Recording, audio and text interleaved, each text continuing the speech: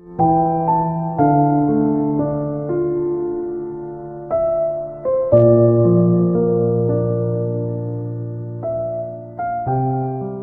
mufassir yang hanya mengartikan dari terjemah.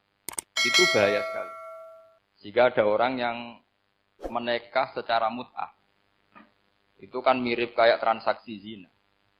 Mereka berdalil famastamta'tum bihi minhunna fa'atuhunna ujurahun. Perempuan yang sudah kamu nikmati, yang penting kamu bayar. Terjemahnya seperti itu.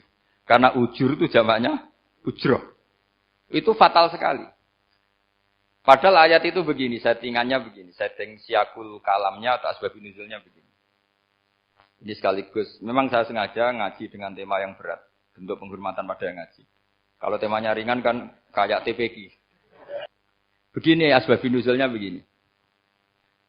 Wal muhsanatu minan nisa yang awal juz 5 itu, ya kita santai aja. Yang awal juz 5 itu sebetulnya maktuf, diatafkan pada ayat hurrimat alaikum ummahatukum wa banatukum wa akhwatukum wa ammatukum wa kholatukum wa banatul akhi wa banatul ukhti. Jadi perempuan yang haram dinikah itu ada 7.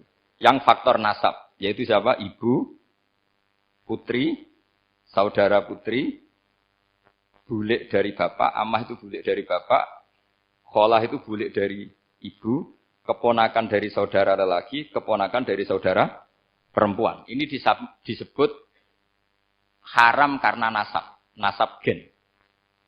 Kalau orang Jawa bilang hanya 4, karena ngitungnya bulik, baik dari bapak maupun ibu. Kalau orang Jawa bilang kan bulik, terus keponakan, dihitung 1. Padahal ada keponakan dari saudara lelaki, ada keponakan dari saudara apa? Perempuan, wabanatul akhi, wabanatul ukhti. Terus kedua, haram karena rodok. Kita tahu dalam hukum Islam, rodok adalah sama dengan nasab. Jadi ibu yang pernah menyusui kamu berarti jadi ibu kamu. Dan saudara sepenyusuan berarti menjadi saudara kamu. Ini disebut wa ummahatukumul lati arda'nakum wa akhwatukum minar rodok. Terus ketiga, haram karena musoharoh, karena besanan. Jadi pagi ini misalnya saya nikah dengan Sri, bilang qabil tu nikaha wa taswijaha bil maril madkur. Setelah nikah dengan Sri ini otomatis ibunya dia menjadi mertua. Otomatis haram saya apa? Nikah. Ini namanya haram karena musoharoh. Atau kamu punya anak Zaid. Zaid pagi ini akad dengan Sri. Berarti Sri adalah menantu Anda. Otomatis haram bagi Anda. Itu namanya haram karena musoharoh, karena bisanan. Itu yang disebut waroba apa haram-haram itu kan saat terus itu wa ummahatu nisaikum. Apa ibu dari istri-istri kamu. Memang ini agak jelimet, tapi memang syaratnya mufassir harus biasa jelimet. Jangan hanya nyari partai ayat-ayat untuk kepentingan partai. Wah, itu ngeri. Kacau Quran dipakai kampanye.